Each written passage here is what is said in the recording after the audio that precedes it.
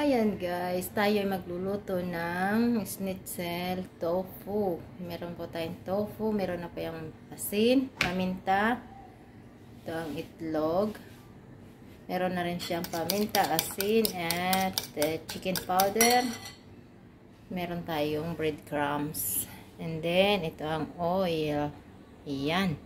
Simulan na natin. Malinis naman po yung kamay ko. First natin gagawin dip sa itlog and then sa breadcrumbs. Ayan, ganyan lang lagi. Tapos and then kuha ulit ng isang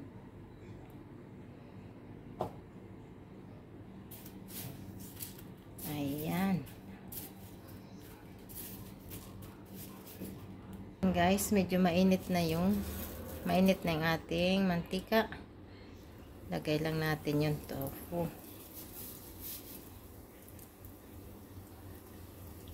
Yan. Hintayin lang natin siyang maluto. Yan. Hintayin lang natin maluto. Tapos, balik na rin na natin yung tofu. Yan. Balik na rin na natin.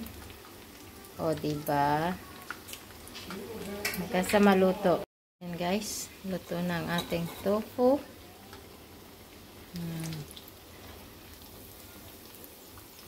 Malutong na siya. Yan, thank you very much. Yan guys, luto na. Ngayon, tikman na natin.